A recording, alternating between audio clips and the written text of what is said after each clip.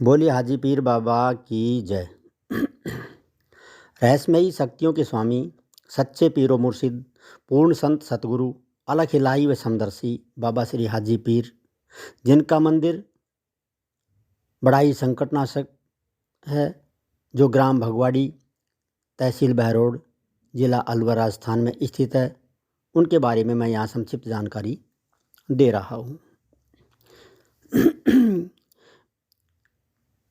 यह मेरा मूल उद्देश्य व्यथित, व्याकुल व संकटग्रस्त लोगों को युग के महान व पूर्ण संत सतगुरु, सच्चे पीर फकीर, रहस्यमयी शक्तियों के स्वामी, उदारवादी, ब्रह्मज्ञानी, योगीराज, संकटहरण, दीनबंधु, समदर्शी, उस पार ब्रह्म परमेश्वर सतपुरुष के प्रिय श्री हाजी पीर बाबा, जिनकी महिमा का गुणगान मुझ अल्प बुद्धि के लिए असंभव है, तथा जिनकी पावन पवित्र समाधि ग्राम भगवाड़ी, तहसील बहरोड, जिला अलवर, राजस्थान में दिल्ली जयपुर राष्ट्रीय राजमार्ग संख्या 8 पर स्थित कस्बा बहरोड से नारनौल रोड पर 15 किलोमीटर तथा नारनौल से बहरोड रोड पर 10 किलोमीटर की दूरी पर ग्राम भगवाड़ी के बस स्टैंड से लगभग 1 किलोमीटर दक्षिण की तरफ खेतों में स्थित है। उनके चरणों की शरण में पहुंचाना है, और मैं समझता हूं कि यह एक पुण्य कार्य है। यहाँ आकर व्यक्ति अपने जन्म जन्मांतर के पापों से मुक्त हो जाता है तथा नाना भांति की आदि व्याधियों से, अर्थात दैहिक, दैविक व भौतिक दुखों से मुक्ति पाकर सच्ची शांति को प्राप्त होता है। बाबा की यह समाधि अति प्राचीन है। हर वर्ष बाबा के इस धाम पर होली के 4 दिन बाद अर्थात चैत्र कृष्ण पक्ष चतुर्थी को भारी मेला लगता है। साधारणतया इस पवित्र धाम के विषय में लोगों की अवधारणा है कि यहाँ केवल भूत प्रेतादि बाधाओं का ही इलाज होता है, जबकि वास्तविकता में ऐसा नहीं है।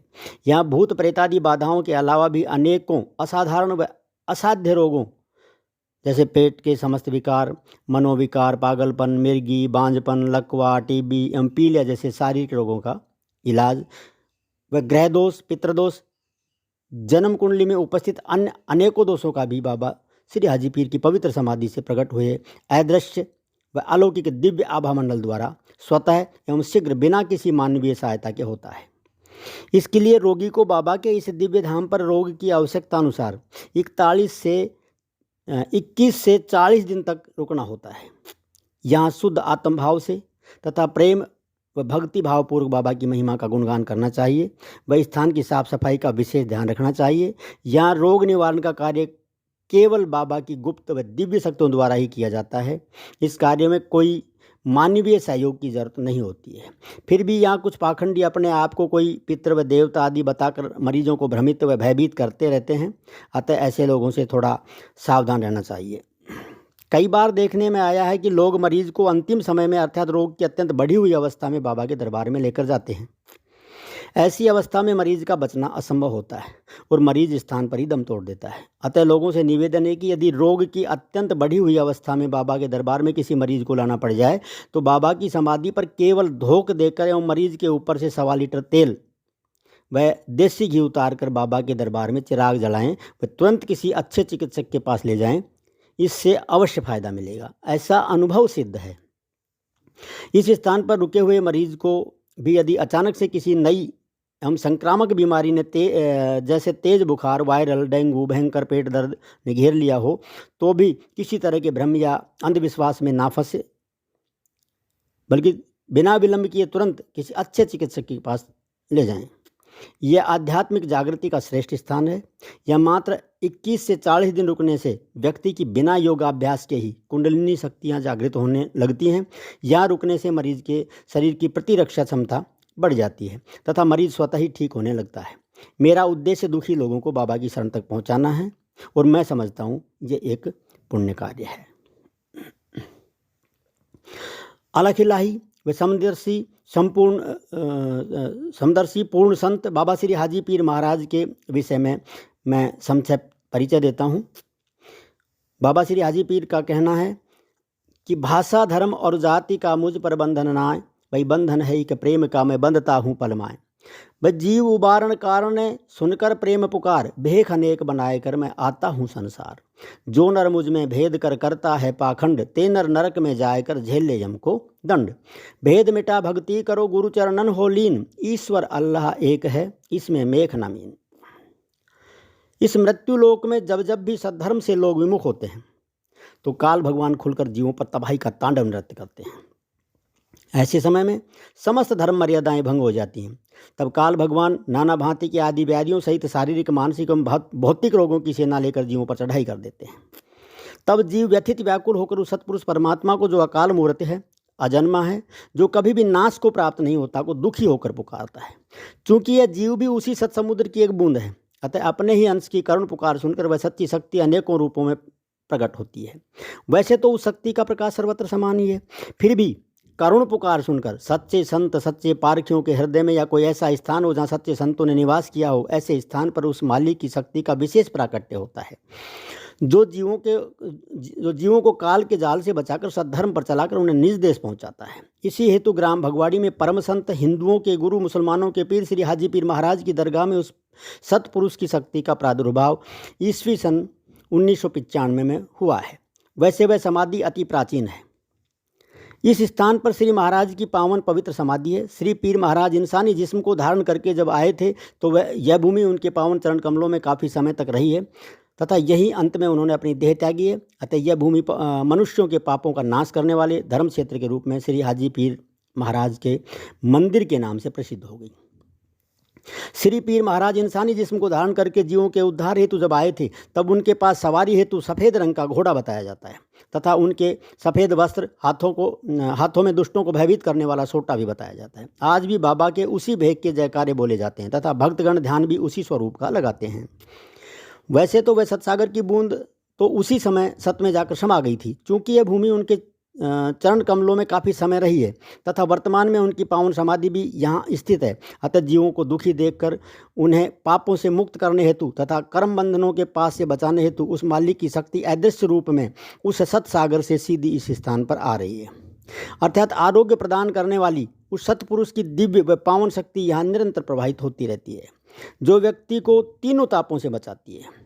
जो भी रोगी, चाहे वह सामान्य रोग से ग्रसित हो या असामान्य रोग से, वह जैसे ही यहाँ उपस्थित पावन व पवित्र दिव्य आभा मंडल के संपर्क में आता है, वह तीनों तापों, दैहिक, दैविक और भौतिक से बच जाता है।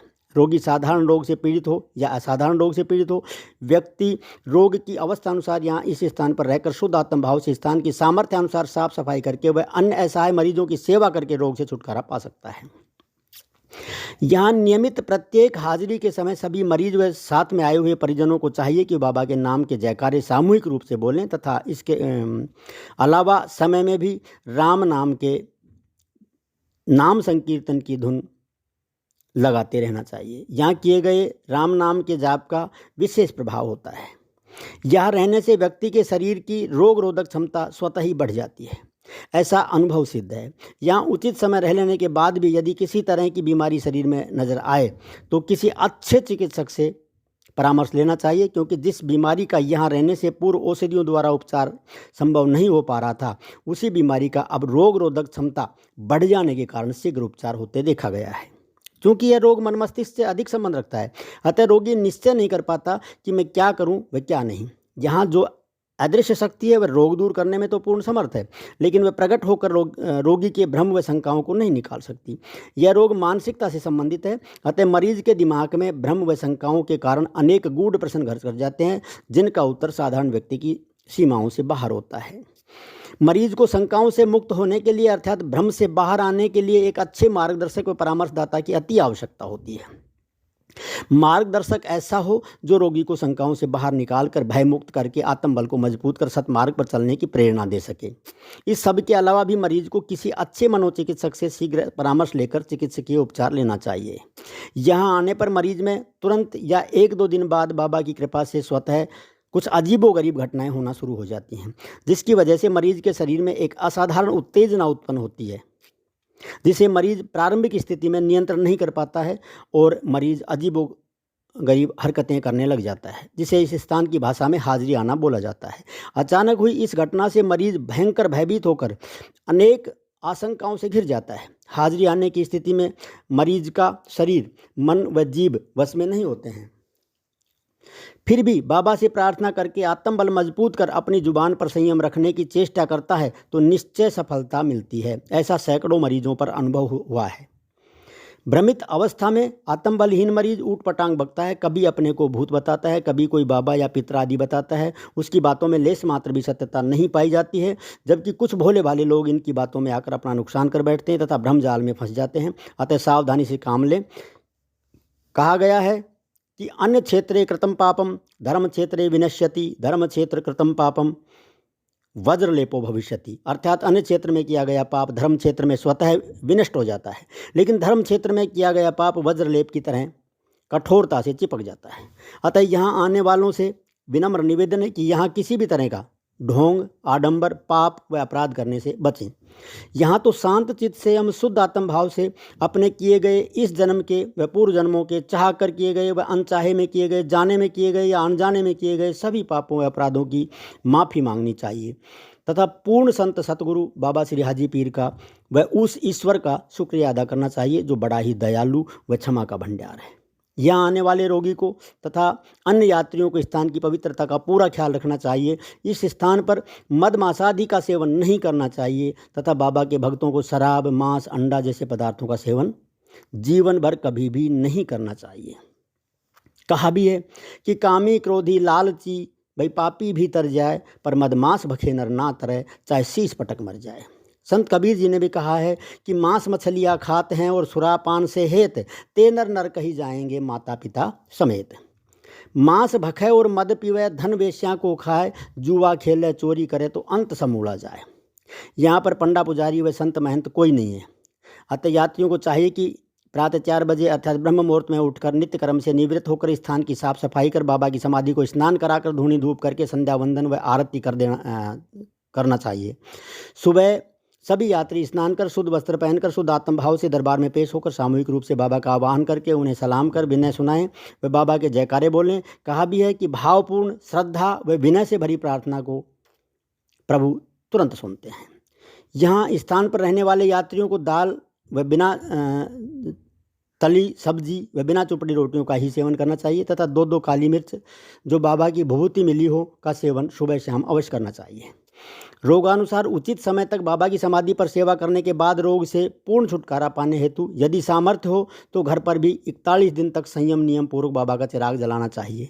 चिराग घर की उत्तर दिशा की दीवार के पास में एक चौकी पर सफ़ेद वस्त्र बिछाकर उस पर एक सफ़ेद संगमरमर का पत्थर रखकर मिट्टी के दीपक में सरसों का तेल भरकर साधक को उत्तराभिमुख बैठकर सुबह शाम दोनों टाइम जलाना चाहिए। घर पर 41 दिन चिराग संपन्न होने के बाद बाबा को चद्दर चढ़ाई जाती है तथा बाबा का रोट भंडारा किया जाता है। समापन के समय सामर्थ्य के अनुसार 1.25 किलो घी, 1.25 किलो तेल, धूनी धूप तैयार करके अवश्य चढ़ाना चाहिए। धूनी के लिए जो सामान है वो लोबान 50 ग्राम, गूगल गोंद 100 ग्राम, लाल चंदन का बुरादा 100 ग्राम, खोपरा 50 ग्राम, मिश्री 250 ग्राम आदि समस्त सामान को मूसली से कूट कर मिला लें तथा उसमें उचित मात्रा में देसी घी मिलाकर धूनी तैयार करके स्थान पर अवश्य चढ़ाना चाहिए। इस धूनी से बाबा के स्थान पर शुद्धि होती है। यहाँ किए गए दान पुण्य का कई गुना फल मिलता है। लोभी व्यक्तियों की विपरीत अवस्था होती है। कहा है कि मूर्ख मन को समझ नहीं, ये दुनिया है 2 दिन का मेला, चाहे डूबे कुल संपत्ति पर दान नहीं दे सकता धेला।